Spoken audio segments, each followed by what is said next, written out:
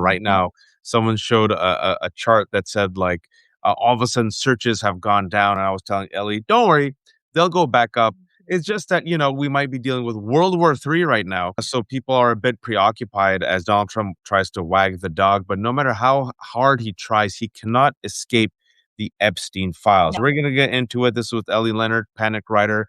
Please subscribe. Zev is going to join us a bit short and really soon. Once he does, I'll bring him back on. But, well, let's start with, before we get to did Epstein kill himself, let's start with the Post and Courier, Ellie, and they seems to have hey, Zev, perfect. Hey, I'm sorry I'm a little late. No, How are you perfect guys? timing, Good. perfect timing. I said before we get into the conspiracy theories, which I don't think they're really conspiracy theories, we'll talk about these FBI 302s, where inmates overheard prison guards essentially talking about a cover-up and the murder of Epstein. Let's talk about the Post and Courier, Ellie, and how they seem to be corroborating this bombshell story that clearly the DOJ tried to hide, in which a 13-year-old girl in the 80s accused Donald Trump of assaulting her. And furthermore, the same girl, folks, got a settlement with the Epstein estate in 2021. A settlement is not an admission of guilt, but nonetheless, it's important to point out. And furthermore, there were at least, that we know, 4 interviews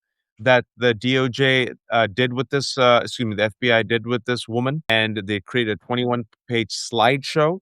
And just so happens that of the 4 interview summaries, 3 of them, Ellie and Zeb, were just missing. And can you tell us what the Post and Courier kind of corroborated over the weekend, Ellie? Talked about this case, and then somebody, once we knew it was Hilton Head, somebody sent me that article, and then there was the subsequent article that came out this week from the Post and Courier. But it's a story about a woman who lived on Hilton Head Island, South Carolina, and she lived in kind of this little resort complex